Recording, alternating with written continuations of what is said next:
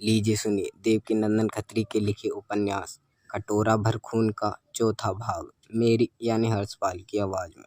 ऊपर लिखी वारदात के तीसरे दिन आधी रात के समय वीर सिंह के बाग में उसी अंगूर की टट्टी के पास एक लंबे कद का आदमी स्याही कपड़े पहने इधर से उधर टहल रहा है। आज इस बाग में रौनक नहीं, बारादरी में लोंडियों और सखियों की चहल पहल नहीं। सजावट को तो जाने दीजिए, कहीं एक चिराग तक नहीं जलता। मालिनियों के झोपड़ी में भी अंधेरा पड़ा है, बल्कि यूँ कहना चाहिए कि चारों तरफ सन्नाटा छाया हुआ है। वे लंबे कद का आदमी अंगूर की टट्टियों से बाहर बारादरी की और पीछे तोशखाने तक जाता है और लौट कर आता है, मगर अपने को हर तरह छिपाए हुए है। जरा सी भी खटक होने से या एक पत्ता की खड़खड़ाहट से वह चौकन्ना हो जाता है और अपने को किसी पेड़ या झाड़ी की आड़ में छिपा कर देखने लगता है। इस आदमी को टहलते हुए 2 घंटे बीत गए, मगर कुछ मालूम न था कि वह किस नीयत से चक्कर लगा रहा है या किस धुन में पड़ा हुआ है। थोड़ी देर और बीत जाने पर बाग में एक आदमी के आने की आहट मालूम हुई। लंबे कद वाला आदमी एक पेड़ की आड़ में छिपकर देखने लगा कि यह कौन है और किस काम के लिए आया है। वह आदमी जो अभी आया है सीधे बारादरी में चला गया। कुछ देर तक वहाँ ठहरकर पीछे वाले तोशखाने में गया और ताला खोलकर तोशे खाने के अंदर घुस गया।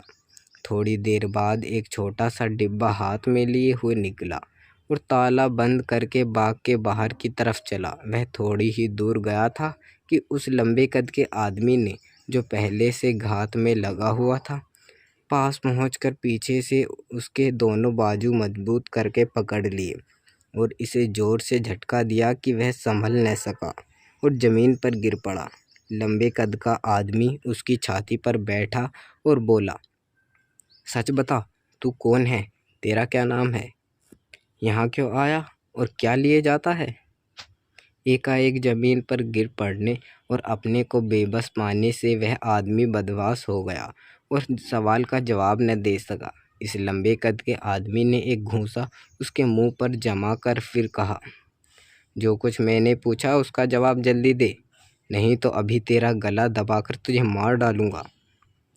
आखिर लाचार हो और अपनी मौत छाती पर सवार जान उसने जवाब दिया, मैं वीर सिंह का नौकर हूँ। मेरा नाम श्यामलाल है।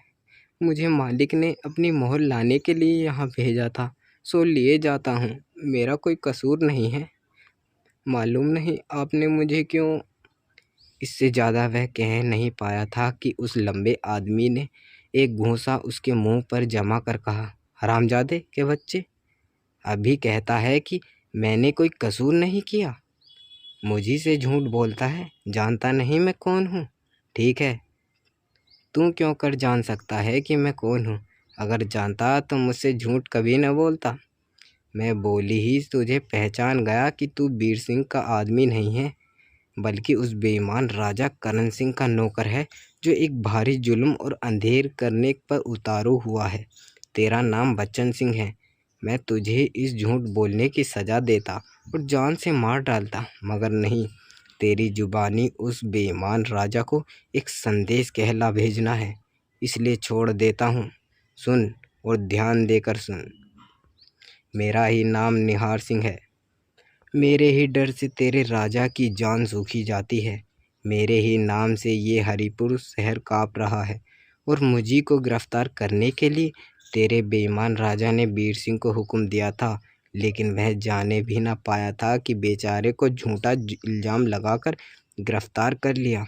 मोहर का डब्बा बेचैन सिंह के हाथ से छीनकर राजा से कह दीजिए कि मोहर का डिब्बा निहार सिंह ने छीन लिया।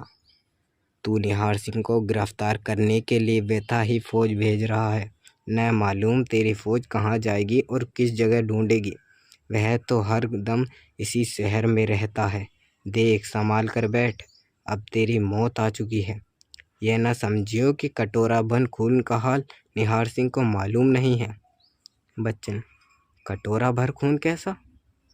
निहार सिंह एक और मुक्का जमा कर, ऐसा तुझे पूछने से मतलब, जो कहता हूँ जाकर कह दे, और यह भी कह दियो कि अगर बन पड़ा और फुर्सत मिली तो आज के 8वें दिन शनिचर को तुझसे मिलूँगा।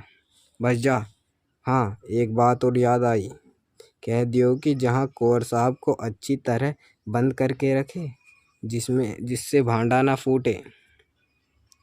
निहार सिंह डाकू ने बच्चन को छोड़ दिया और मोहर का डब्बा लेकर ना मालूम कहाँ चला गया। निहार सिंह के बचपन से ही बच्चन यहाँ तक डर गया था कि उसके चले जाने के बाद भी घंटा भर तक वह अपने होश में न आया।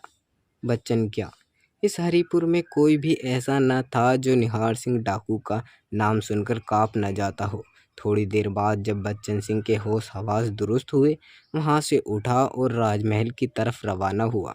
राजमहल यहाँ से बहुत दूर न था, तो भी आध कोस से कम न होगा। 2 घंटे में भी कम रात बाकी होगी जब बच्चन सिंह राजमहल की कोई ड्योढ़ियों लांघता हुआ दीवान खाने में पहुंचा और महाराज करण सिंह के सामने जाकर हाथ जोड़ खड़ा हो गया।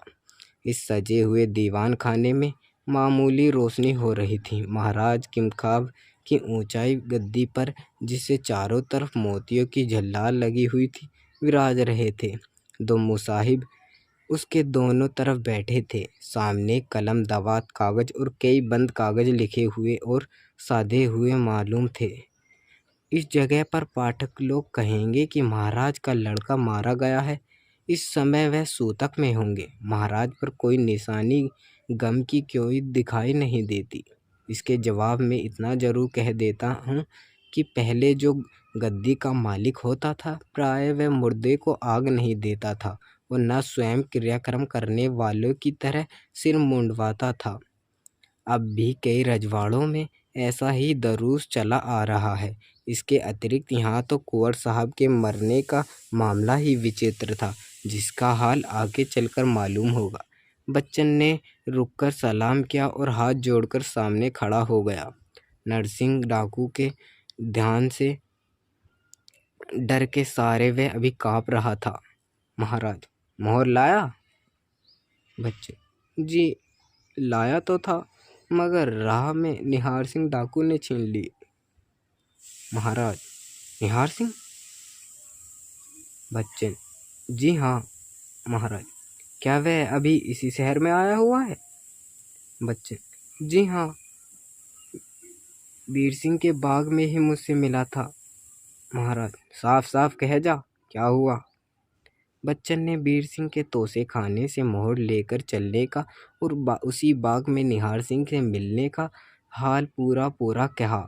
जब वह संदेशा कहा तो डाकू ने महाराज को दिया।